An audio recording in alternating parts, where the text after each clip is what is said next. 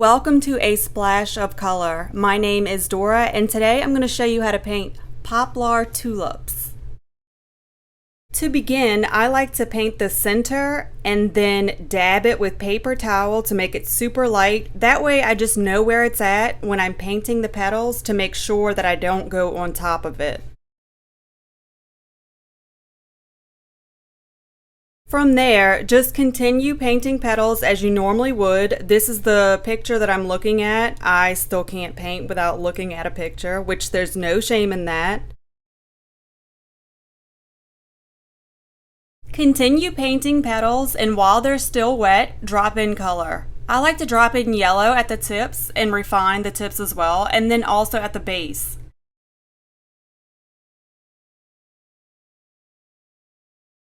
Then paint the orange stripes. This can be a bit tricky because you need to drop in the orange at the exact right time, and that's during the drying phase, when the petals are still damp enough to take in more color but are very close to drying. Dropping color in at this time allows the colors to bleed a bit, but keeps them essentially where you put them.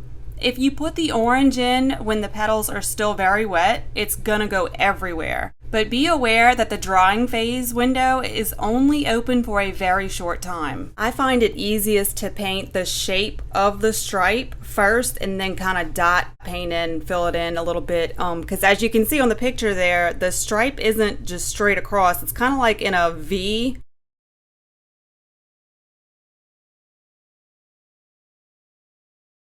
After you've painted the flower, let it dry completely before you go back in to paint the centers.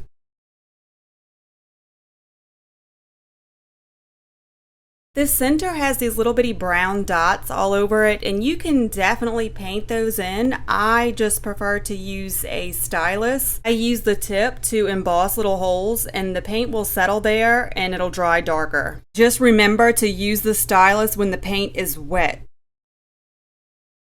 Here's an example of dropping in orange when the paint is too wet.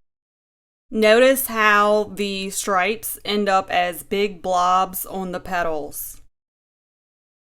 If you're not completely comfortable painting the flower free-handed, you can paint it in a very, very pale color first, dab it with a paper towel, make sure it's completely dry, and then go back in and paint the flower.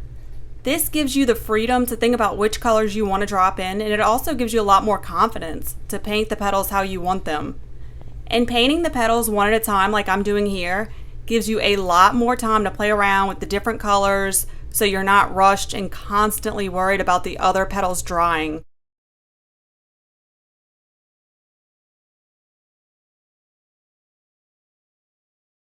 After you drop in orange, let it dry just a bit, then go back in with a darker orange for added interest. Another huge advantage of doing it this way is that it gives you a chance to correct the petals. Here you can see I'm making this petal a lot shorter than it originally was. This technique can be especially helpful if you've never painted this specific flower before.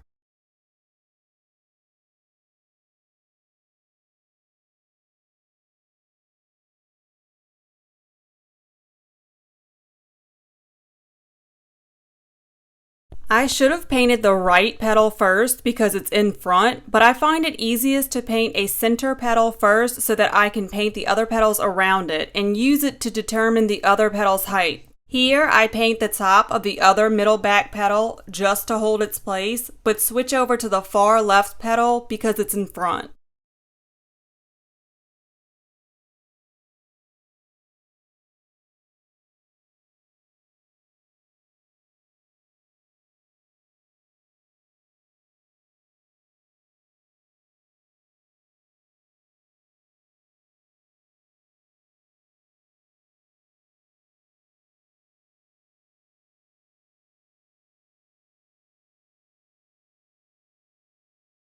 The next petal I paint is the front one, that way I can put all the other ones behind it. I forgot to add the darker orange and I'm doing it now, but as you can see, the petals are already a bit too dry to take it. Just paint at your own pace. If you can paint multiple petals at a time, great. If you're more comfortable painting them one at a time, that's completely fine too. Another thing that may help you is drawing the flower first in pencil, lightly erasing it, then painting it. Once the flowers are fully dry, add stamens.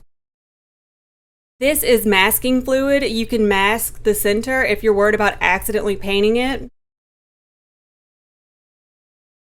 This is a white acrylic paint pen. I like to mark out stamens beforehand.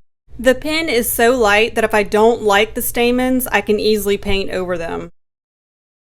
Once satisfied, go over the stamens with white paint. This is Dr. P.H. Martin's Bleed Proof White. It's a very thick, opaque white paint. I like to shake the jar, then add 2 drops of water to the lid, and then mix it up like that. It makes the perfect consistency to paint with. The stamens are very long, thick, and uniform for the most part, but here are a few tricks I've learned where they look the best. Paint them much shorter than how they appear. Vary the heights and direction, paint them close to the center, and don't paint a lot of them.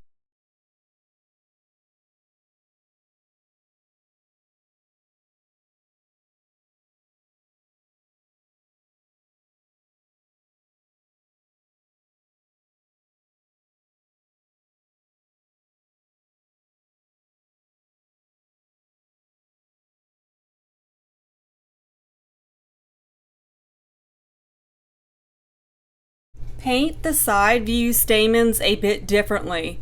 Make the ones in the back a bit taller, then paint them progressively shorter as you move to the front. And don't forget to paint some in the front of the center as well.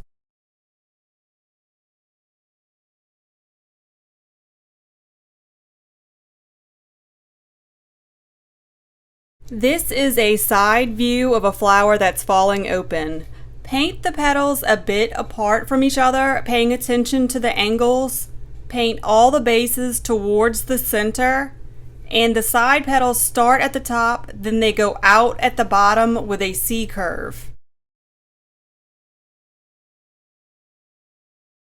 Then drop in color.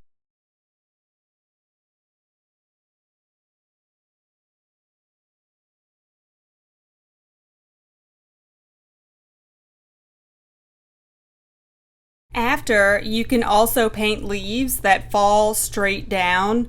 I always mess up on leaves, so if I can, I always try to paint it in a very pastel color, and if I like it, I'll go back with darker color.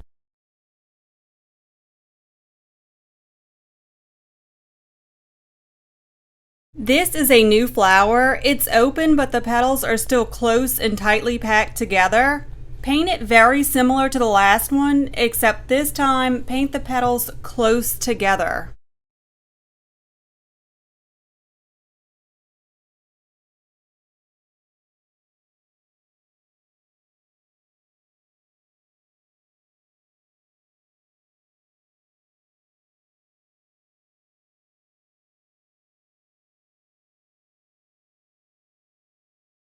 This is a poplar tulip bud, and it's very easy to paint. Just paint a slender middle part with 2 thin leaves on both sides.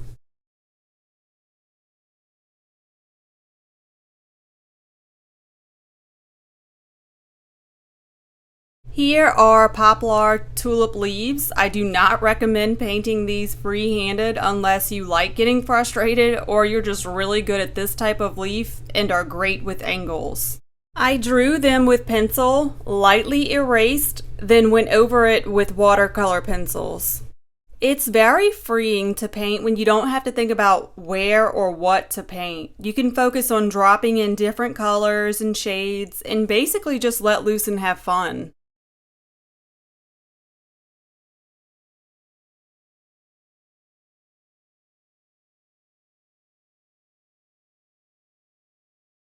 You can paint veins in later once the leaf is dry, or emboss it with a stylus while it's wet.